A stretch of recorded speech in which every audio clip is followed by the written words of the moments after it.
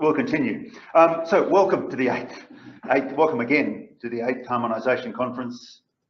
Glad you're here on behalf of the Harmonisation Working Party, the chair. But this is my little graphic of that the patient and the doctor sitting in front of a pathology report are also glad to see that you're here. So it makes more sense now. I thought that you were seeing that before. I was coming on to just say a few words about Jill Tate before introducing Tony Badrick, who will say some more. And this is obviously a very brief statement that was put on the AACB website after she passed away in December. And obviously the key point with regard to us is that her role in the chair of the AACB Harmonisation Working Group from 2011 to 2017. Our first meeting was 2012. So it was Jill who was the driving force to getting things going, and as many will be aware, a driving force between keeping things going over time. Just going to step through a couple of as a scientist, one of the things she was involved with was publications, and some of these publications sort of illustrate her role. So editorials on harmonisation in 2012, so that was the time we first started going. First author on the first common reference intervals paper from 2014, I think a real landmark that was a world first in terms of progressing harmonisation. Some of her specific interests, including standardisation of troponin, which she'd been involved with at the international level before her time with harmonisation here.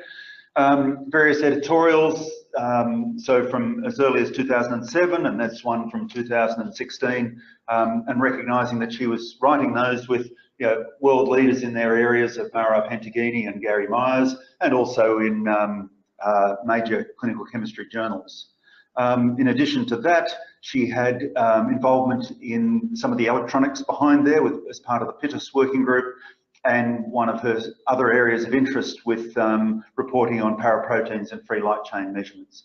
So not only in leading at the holistic level of the whole organisation, but areas of special interest as well.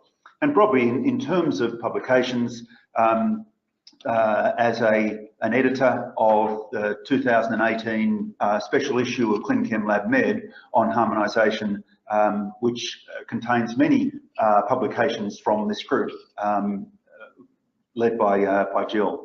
I'd just like to finish before introducing Tony with this photo, and I quite like this. It's from our first meeting in 2012 at the AACB offices. We all came outside, and I think Jill, who you can just see there, just sort of one back in the middle there, it sort of says it about her that she's not putting herself forward to sit in the front, but she's near the front and making sure everyone around her is doing the work. So I just thought that was, and she's got a big team around her that she's managed to make work. So I just thought that was a nice picture to sum up the way she went about things. So with that, I'll introduce Tony Badrick just to say a few more words. Thank you, Graham, and thank you to the organising committee for asking me to say some words about Jill. I've known Jill for a long time, and I'll say some aspects about her science, but some other aspects about Jill, the person. And it's a privilege to be here. I delivered the eulogy at Jill's funeral, so for those who were there, some of these points I made at that occasion as well. I think it's particularly important with this group because you were the people that she worked with. A little bit of the history of Jill. She's from Melbourne. She did her primary, secondary and her university training at the University of Melbourne, and was always good at tennis. And she used to say that she wasn't very brilliant, but she worked very hard to achieve. Jill and her father, I'll just give some anecdotes about her life, which really, when you know Jill, you understand about Jill, these all make sense.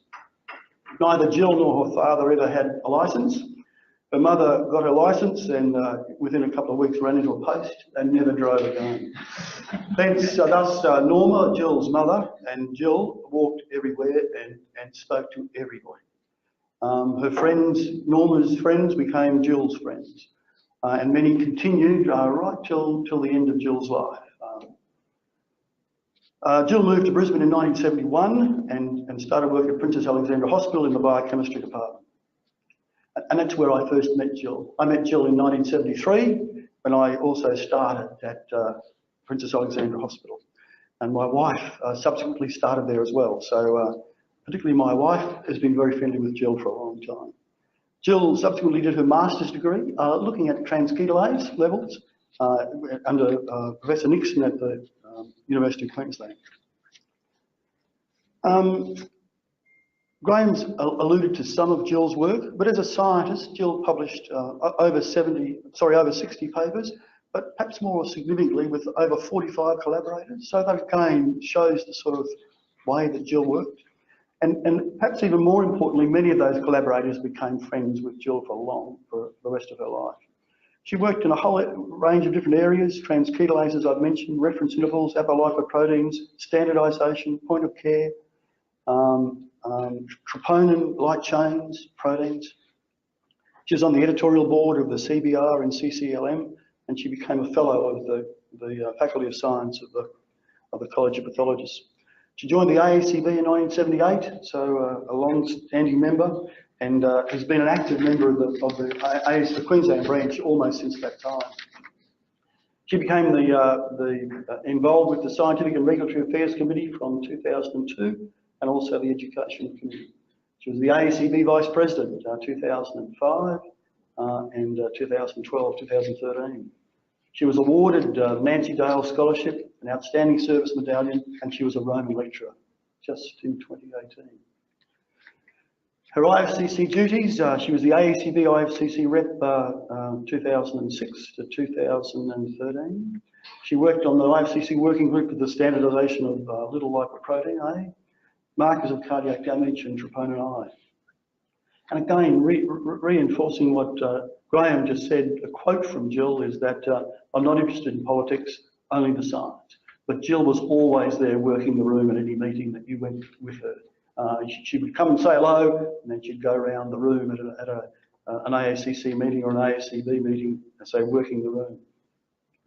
In terms of what this group are here today, harmonisation, she really did have a fundamental contribution to establishing and progressing national harmonisation initiatives while she was Vice President of the Scientific Affairs Committee.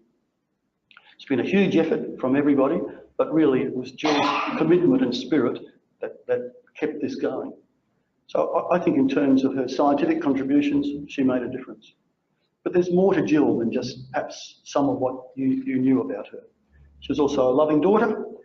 She lived with and supported her mother, Norma, until Norma died only 3 years ago at age 95. They shared a love of sherry, and if you've ever went to her place, you realise that's true. And every Friday night, they would have a trip to the city and go to a particular cafe, the Shingle Inn, a very famous old Brisbane cafe, and have coffee and cake. She was a very good gregarious person, as I said, much like her mother, so she had a very, very strong network of friends. She was a devoted daughter.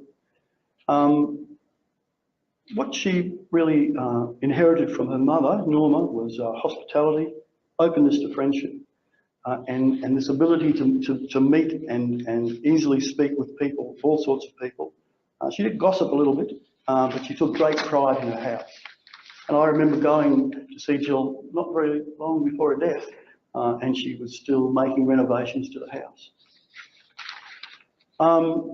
I described Jill as and I worked with Jill for about 16 years. I ended up being her supervisor. She was hardworking, highly organised, and always busy. She's reliable, generous, thoughtful, gentle but firm. She told you what she wanted, a subtle sense of humour, and modest. She always had a question. At any meeting you went to, Jill would always ask a question. She would always have her view on things. And she's a Queenslander, so you can imagine what sort of view that might be.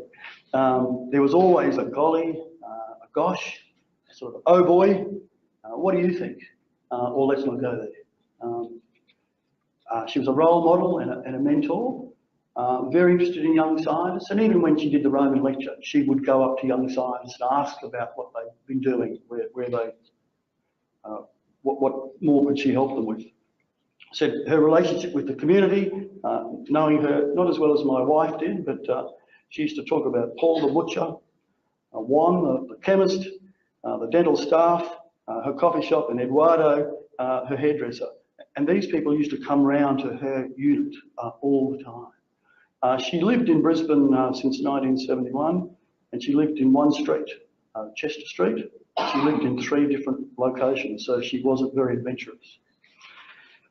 Her hobbies were ballroom dancing, German, she took up German, and tennis. She had interesting little quirks. One of her quirks was to give scarves to her close friends at Christmas or for their birthday presents. And it was quite sad in the last year of her life.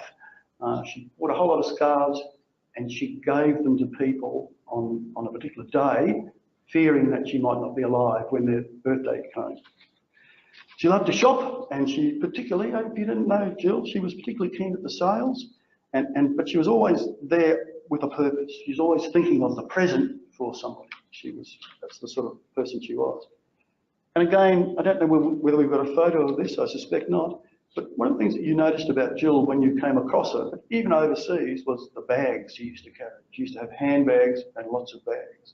And I was always amused that she never trusted airline food. She used to take her own sandwiches on planes in a bag. She was frightened of ants and anything bigger. Though dogs were okay, there was a dog next door, but the dog could never get closer than the fence. She was a bower. And as her supervisor, this used to drive me to distraction. When she would go on holidays, we would go to her area, open the cupboards and take all the tissues and the tips and the pets out. She just used to hoard everything, just in case. She had great respect and love for her father, and that's where she got her love of learning from. So her mother gave her gregariousness, and her father gave her her love of learning. And she always saw her father as a role model. That's the sort of person Jill was. In the last part of her life, she faced death with great dignity and control. She decided that she was not going to have any further treatment. After a certain stage, she couldn't see any value in that and had to argue quite strongly not to get treatment. Eventually, the oncologist agreed with her, but initially she said, I'm just not having any more treatment. And she prepared herself for that last journey. She was working on her science with publications right to the end, to the very last week. And she was very fortunate in that she actually went to hospital and died 2 days later. But she was completely compass until that time. The community of biochemists were her family, particularly after her mother died. She did have cousins, but none locally, and she wasn't very close to her family. Her scientific contributions, and in fact this meeting, are Jill's legacy. She used to say, she has very fond memories about the studies and the antics during her time as part of the scientific community, both social and professional. And she said these memories of these meetings were very dear to her. She took on challenging situations, travelling overseas by herself, giving presentations, but learning and improving all the time. She always knew her subjects well, even though she might not think that. But she would always consider other points of view, but defend what her point of view. For her, life was the ultimate experiment, not a journey. Planning was very important, but if the plan did not work, there was always a workaround to be found. She touched many people, I suspect many people in this room. She was passionate about science making a difference, about including anyone who was interested, and everyone had something to contribute. She did not give up when things did not work out. So I believe that Jill's life was a life given to others, and I suspect, like many people in this room, we will miss her terribly. So, thank you.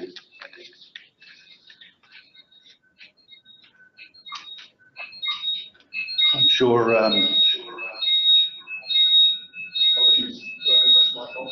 Okay.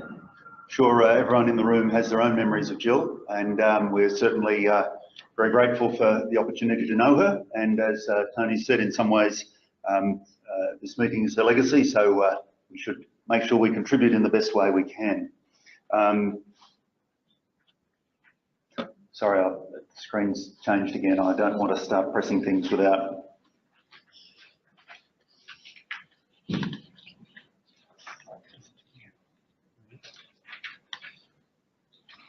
Yep, good. It's not that I'm a complete technophobe, but I am. Just the things you can do wrong by pressing the wrong button is just very, very frightening. It goes with the grey hair, I guess. I'm not sure. Just as an aside, we did have, some of you may have visited the SIDPATH website, and it has a database and things there. And I built that in about 2000 using software that no longer exists. And we got some new software people in to revamp it. And you could just see the look in their eyes, these young folk, when they, sorry, what was that program again? It hasn't changed since then. It's sad the passing of time that way. So first of all, just to say what a great couple of days we've got today, just looking at this afternoon, the harmonised endocrine dynamic testing. This is a fabulous piece of work. It's to involve the laboratory and clinicians in that, so very excited to hear about that. Pregnancy, often perhaps we don't think about that as often as we should, the specific needs of providing pathology testing in pregnancy, so that comes after that one. And then after afternoon tea, we're talking about some of the processes that we need to go through to achieve what we want to do. So we need to recognise for the meeting that we'd like to thank the College of Pathologists and also Roche and Abbott for their support for this meeting. And I guess just to specifically, from my point of view, recognise that the AACB has taken the leadership there, and Kevin and Lisa in particular have been absolutely fabulous. Lisa with her organisational skills for getting the meeting together, and I personally thank them and thank them on your behalf. Last year I showed these slides, and actually I should have a quick check. For how many of you have been to all? Is this your 8th meeting? So we've got at least half a dozen who've come every time. For how many of you is this your first meeting? Okay, so probably half the room is new, and then obviously everyone else fits in the middle. That means at least half the room hasn't seen this one before, so that's good. I guess just for those who are new, the goal is to discuss, and feel free to have your opinions. Now's an opportunity when, at the end of each session, when there's things to discuss, if you agree or disagree or have a different viewpoint, where it's not an occasion for people to sit there and go, well, I don't agree, but I don't want to say anything. It's an opportunity to go, well, I think this could be viewed differently, or we should do that, or even better, I'd like to help with that. So as you know, the cartoons that we sometimes look at for kids, and if you've got a very quick eye while I've been talking, you'll have noticed there's a house missing up the top, and there's 3 layers on the belt, and you'll find a bunch of differences between them. And the purpose of this is not to solve this particular one, but to say how this is what we do for doctors when we have reports that look different. So for those of you who are new or weren't here last year, just see if you can spot some of the differences between those reports. And some of the things, I think everything, well, nearly everything, some are just for examples, are real things that occur today, and a patient might, or a doctor might get a report from one lab which differs from the others. Now, I won't labour the point, but we've got multiple different areas. Whether the name is David James or James David, is the date got a month written in the middle, or is it just numeric, which might be confusing to someone from the United States? How do we flag things as being abnormal? Where's the most recent result? Are things right aligned or left aligned? What's the name of the test? Are the tests in the same sequence down the page? What are the reference intervals? What are the units? Are we using the same methods and recall it like LD? Is it the same or there? So this is the noise which we produce from our different labs when people see different reports. And if you like, to me, that's the core of what we're doing, to remove the unnecessary variation to make life easier for our patients and doctors. Just like to go a little bit further, just in terms of, if you like, areas of responsibility of recognising the different parts of the report and the people we need to work with to make those things work. So right at the top, we have the overall format, the report name, what it's called when it gets delivered into My Health Record, into a doctor's desktop, the processes for things like critical results. These are all of pathology issues. Biochemistry, we think we're important. we are important, but we're not going to tell everyone else how to do that. We need to deal with all of our other colleagues to agree on that. There are then things which, if you like, we have in common with everyone else who produces numeric reports. And that's things like sequence across the page, the titles of each of the reports, the formatting, the flagging of abnormals. And one issue that's just sort of exercising our minds from an IT point of view is a comment. You know, what field does that sit in so that we can be sure that it gets transmitted to the right place in receiving systems? Then again, that's not a particularly biochemistry issue, but often we're some of the people who are most interested in those things. We then go to the things which are discipline specific, and in this way, my take would be that chemistry has been leading the way here, that we've been at it very specifically with the task for the last 8 years, working on things like test names, what groups go together, what we call them, how they get ordered, our units, our reference intervals, decision points. Should we use, if there's 2 methods, is there a preferred one? We've talked about specific tests and critical results, what limit needs to be phoned. And what we would like to, of course, think is that there is similar work going on in haematology, immunology, serology to achieve the same goals. And of course, then there's other areas that, and in some ways this reflects back to the endocrine dynamic protocols. We don't do them in the lab, but we need to work with our clinical colleagues to look at the pre-analytical and the pre-analytical. When should a test be done? And if it's going to be done, when is the right time? How do you prepare the patient? All those things. So we've got to be liaising outside the lab as well to try and, again, reduce that variation so that we can have best practice everywhere. As I said, this is the 8th in the series of workshops, and I'd just like to, I guess, before we proceed on, come up with a concept which I might sort of, given a chance, raise at various times. In order to make change, to take an area which there is wide variation between labs and lead to the position where we have reduced that variation as far as is possible, it's a series of steps. And you start with identifying the issue, working out whether it's important or not. You need to have some people working on it. And then comes, if you like, the sort of the academic and the information gathering, doing the literature review. Not just, I think this, but let's see what experts in that field are aware of. Surveying local practice, doing local studies if needed about method variation, doing data mining for reference intervals if that's around. Make some preliminary recommendations. Then bring them to a meeting like this, and we'll have multiple versions of that during this meeting for a wider discussion. It doesn't finish with a discussion, it then needs to be agreed, it needs to be authorised by our parent organisations, then we need to publish it, then we need to promote it. You know, publishing it and saying, job done, is clearly not the answer. It's then trying to make it put into practice. Then we need to monitor the adoption and then start again. So just to give some examples of that, our first round of common reference intervals that I mentioned earlier, we, I think you can see a timeline there, was at least 7 years between coming up with an idea and getting it out there, and the monitoring process is still underway, and I'll come back to that later today. Another ones that are on track, lipids, we can see again, there was working groups on harmonising lipid reporting back in 2007, and we've got an agreed statement. We're now up to the stage of formal endorsement from the college and adoption.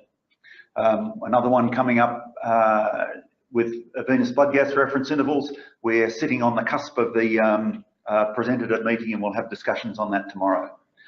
So if we want to make change, wherever we've got a presentation or an idea or a concept, we need to, I think, put it in this list and say, where are we up to and what are the next steps to move it on? You know, what are the blockages, what are the actions that we need to take to keep things moving forward?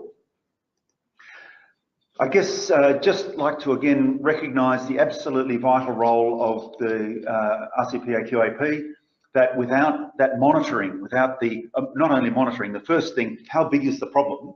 How wide is the variation in laboratory practice? And then if we make a change or a recommendation, has that changed practice?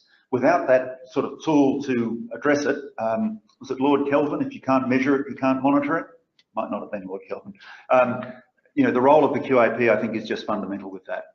And so that concludes my opening remarks. I'm trying to make sure everyone's enthusiastic. And with that, I will pass over to Tina and we'll get on to the first session. Thank you very much. I'll leave you to open up. Thank you, Graham, and again, reiterating Graham's words, welcome and thank you for coming and participating in our harmonisation workshops. Jill was a shining light in this area, and we can only, follow from her example, and certainly the committee has scrambled in the last while to in the post-Jill era, and she's a shadow, in her shadow, and we do have a great debt owing to her. Now, I'd like to welcome you to the harmonised endocrine dynamic testing session, and according to Graham's list, it would have started in 2015. I can give you the date that it started, when the idea was floated, when Rory Clifton Bly said, Tina, we need to do something about this. And then shortly thereafter, 2016, Cherie put together a group of very esteemed colleagues from ESA and AAC